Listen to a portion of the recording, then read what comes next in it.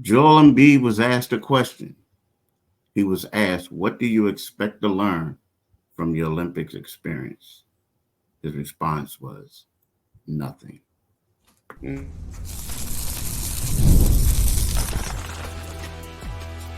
You are Locked On 76ers, your daily Philadelphia 76ers podcast, part of the Locked On Podcast Network, your team every day. Thank you for making Locked On 76ers your first listen every day.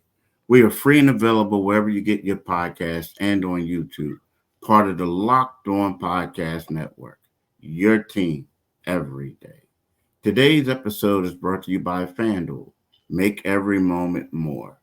As playoffs wind down, the sports stop sporting like we want them to. But this summer, FanDuel is hooking up all customers with a boost or a bonus daily. That's right, there's something for everyone, every day, all summer long. So visit fanduel.com to get started. Hello, I'm Keith Pompey, and this is my right hand, John Mitchell, and we are the co hosts of Locked On 76ers. We got a lot to talk about. What's up, Mitch? You good, bro? I'm excellent, Keith, man. Hump day. I'm good, brother. How are you? I'm all right. I'm all right. The last day of July. But you're right. Hump day, hump day. But the thing is, the question of the day is, well, Joel Embiid, Mike Silsky from the Philadelphia Inquirer is out there in the Olympics, and he was a part of the media scrum who spoke to Joel yesterday. And they asked him basically, what did he learn from, what did he expect to learn from his Olympic experience? And he said nothing. They did a follow up. He said some other things, but to me, I didn't like hearing the nothing thing. I just didn't. It's a game where you struggled mightily last time, and I get it. I get that your style of play is different with the Sixers that you're playing with the USA Olympic team. I also understand that there's been other guys like Tim Duncan who struggled mightily when he played in international basketball with Team USA and went on to be a Hall of Famer. To a point where Tim Duncan didn't want to play again. But you got to learn something. I mean, everything is a learning experience. When you say nothing, no offense to Joel, but it sounds like a lack of self-awareness. It sounds like you don't care. Yeah. The one thing I would say that he could learn if I was him, and he did allude to this later, but the initial was that, I'm learning how to play with others when I'm not the primary option. Right. I'm learning that maybe I need to ramp up my conditioning at all times. Things like that. When you come out and you say nothing, it just comes across as selfish and lacking self-awareness. Yeah, and I know people are going to say this is, the beat up on Joel Embiid train continues, but I agree with you, man. The thing you pointed out was it's a lack of self-awareness. You can't be around guys like LeBron James, Steph Curry, Kevin Durant, now Jason Tatum, and other guys who have hardware. At the bare minimum, you need to be picking their brains, and if they don't want to tell you anything, that's fine. But when you're playing with talent like that, and if you look at the 76ers roster, they have guys now who are on the roster that he's going to be playing with, where he's going to have to sacrifice his game, and he's obviously sacrificing his game. I mean, he understands his assignment with the U.S. Olympic team, but he's going to have to make some sacrifices, play less selfishly in spurts with the 76ers, because you got players in Tyrese Maxey and Paul George who you could swap players out and put them on that roster. He's playing with guys who, for all intents and purposes, would get them looks, at the Olympic level. And it's interesting, when you look at the media group covering the the Olympic team, the question was asked by a lot of NBA beat writers, and it lets you know that they're thinking the same thing that Silsky was thinking. It was a softball for him to write a good column. And the question was, what about playing FIBA basketball can you take away from this experience to elevate your game next season with the 76ers? So these are NBA beat writers who obviously, and international writers who obviously are paying attention to the fact that, you got MVP guys here. You're the only MVP in the history of this league who's never gotten past, has never reached the conference final. You're the only one in history. So what are you going to do to change that? Because he's playing in games now where he can score 4 points against a team that's expect to medal, and they can win comfortably as they did against Serbia. But people who watch the NBA are like, you know what? You're a few months out. You don't necessarily look like you're in the best playing shape. You don't. I mean, let's just face it. You don't look like you're in shape. And that was part of the hope of him going there, that he would be in shape, that he would, this is a chance to win a gold medal, that you'll show up in the best of shape. Now, granted, I'll give him the space that he is indeed coming off of a knee injury, and he did play valiantly in the playoffs. But it's a man's world, and you're going to need to make some you're going to need to walk away from this with something for your day job. You know what I mean? That's and like you said, the self-awareness is a good word, because where is Joel's self-awareness? And that's a concern of mine. That's a concern of mine. We're talking about a guy who for the last 2 seasons, was the MVP the year before last, and for 39 games last season, he was the best player in the league. But what's missing? You can't get a conference. You can't get to the conference finals, and that's got to change. And so you got to take something away from that.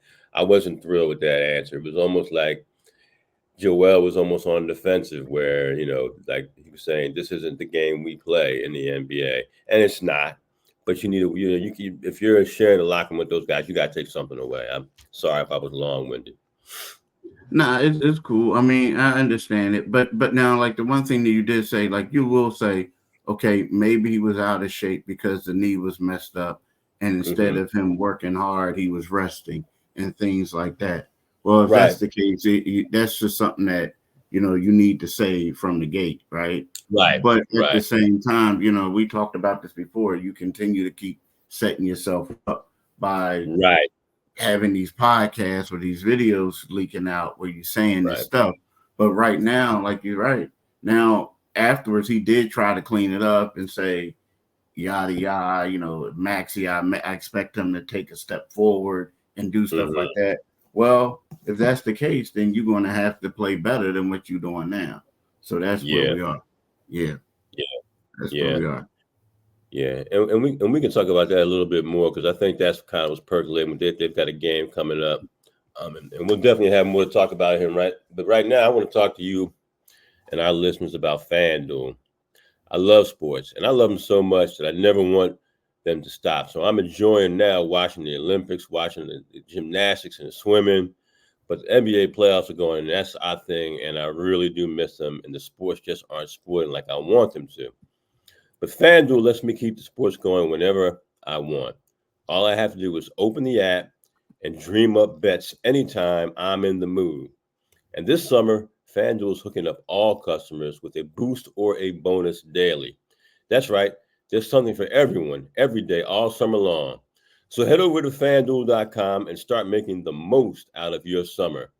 FanDuel, official sports betting partner of Major League Baseball. Are you watching Fox Sports or ESPN on your TV all day? You have to turn down the volume with all that shouting? Well, make the switch to Locked On Sports today, a free 24/7 sports streaming channel programmed for you every day to bring you the biggest stories without all the screaming. Locked On Sports Today brings you can't-miss analysis, opinions, and news streaming 24/7 on YouTube or the free Amazon Fire TV channels app, part of the Locked On Podcast Network. Your team every day. Yeah. It's funny, though, when we talk about Joel Embiid, right? We talk about how we all thought that him him going. We agree him going to the Olympics would have been good for him. I don't. I take that back right about now. I think Keith, taking it back now already. yeah. I mean, yeah. Because I don't like what I mean. It looked like he out there getting exposed, and either he's hurt or something. He's playing that way. They're not, or maybe his style of play just doesn't fit the international FIBA rules. Yeah. The way that the USA wants to play. It just looks like a bad fit, and you look at him and you see that he's out of shape. And as we talked about before, maybe he's out of shape because he's not 100%, or he was trying to get back to be 100%. With that being said, I would rather see him under the supervision of the Sixers medical team and other people doing stuff. Now, maybe I'd rather have him doing that and then working out with Maxi, PG, the other people trying to get in a little bit of rhythm. You know what I mean? Have a little open gym doing stuff. Because let's face it, it's all about championship or bust. Yeah.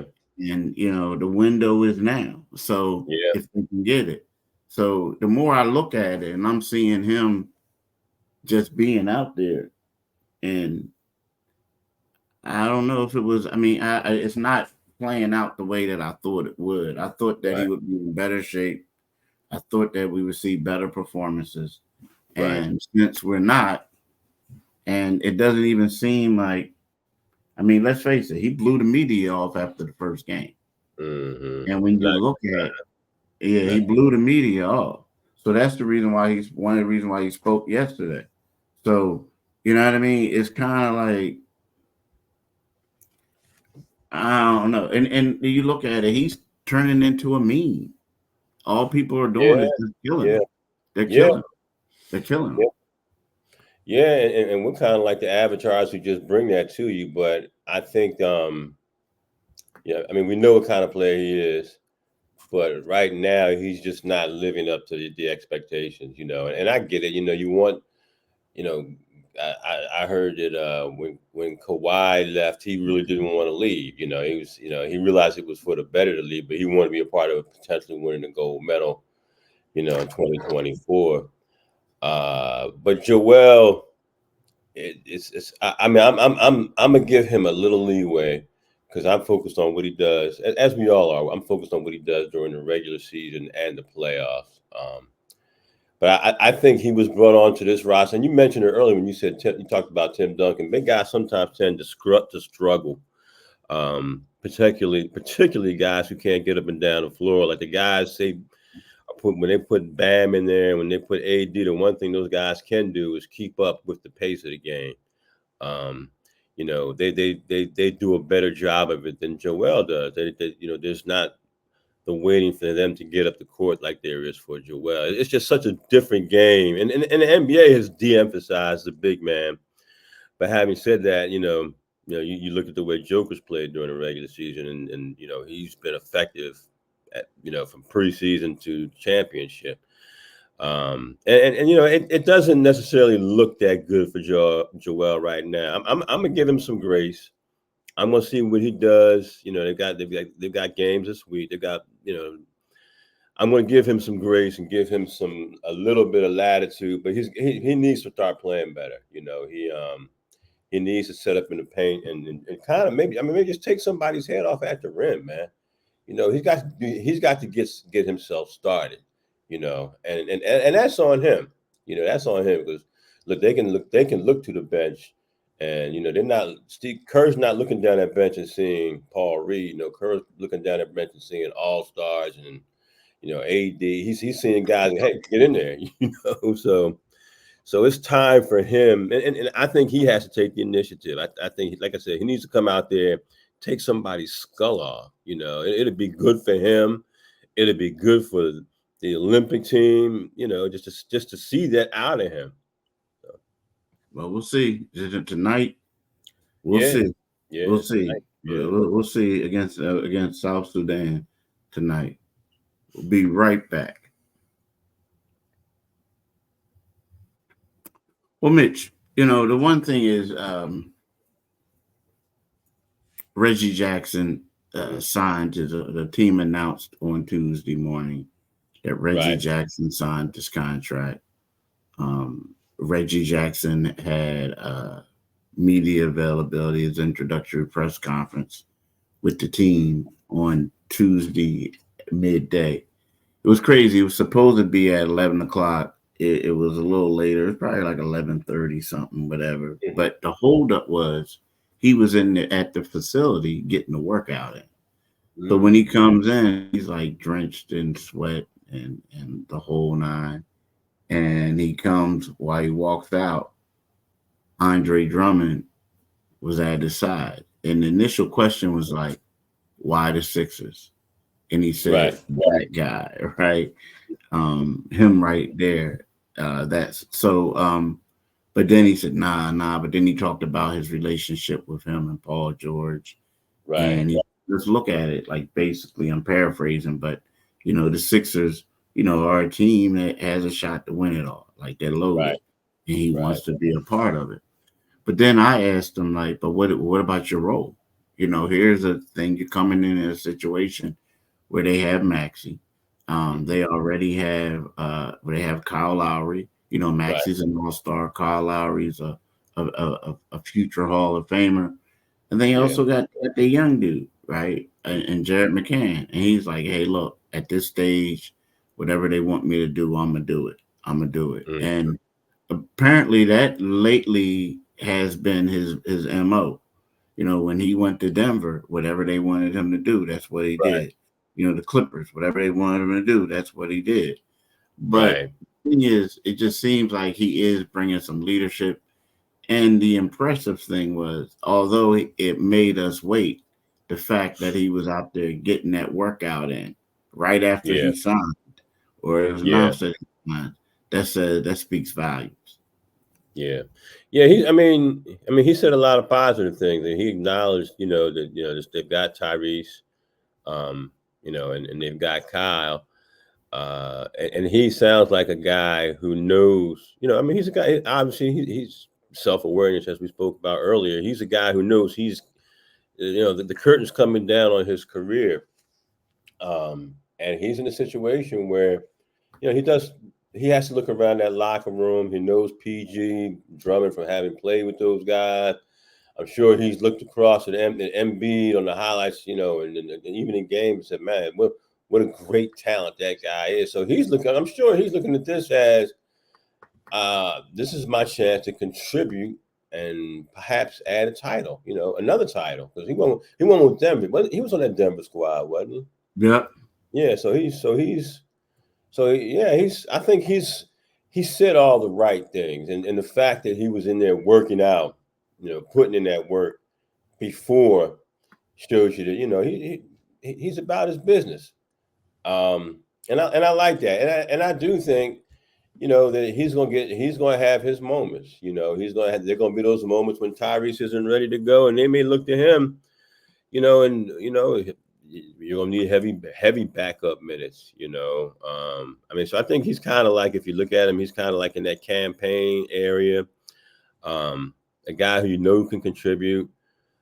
He's said to be a good locker room presence. We'll find that out as the season goes, but I think he said all the right things, and he's had a decent career, double-digit seasons in the NBA. So he's a guy who, he knows the game.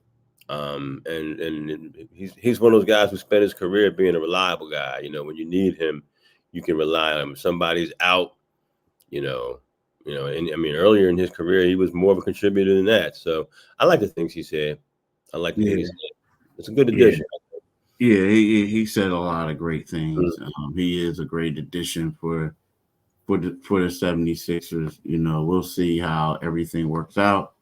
But yeah, he said all the right things. But you know what? You always expect them to say the right things. But the way he said it, I don't know, he seemed like cool. And afterwards, he chatted up with the media off the record to get to know people and everything. So Yeah. It was pretty cool. Like, he was a good guy.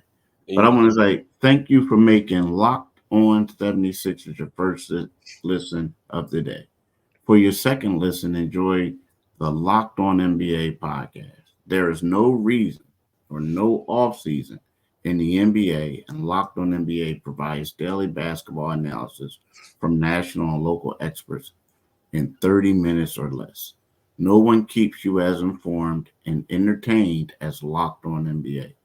Available on YouTube or wherever you get podcasts. Part of the Locked On Podcast Network.